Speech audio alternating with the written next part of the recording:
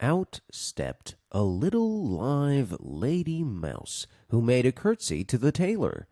Then she hopped away, down off the dresser and under the wainscot.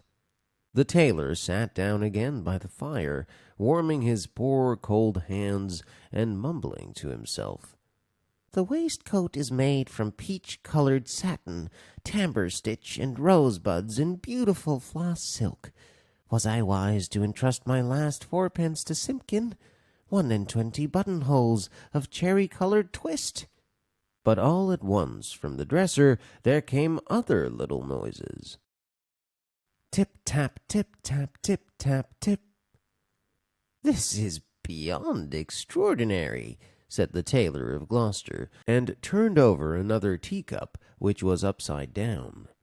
Out stepped a little gentleman mouse, and made a bow to the tailor.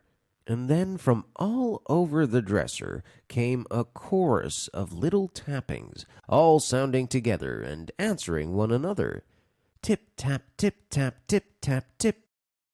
And out from under teacups and from under bowls and basins stepped other and more little mice, who hopped away down off the dresser and under the wainscot.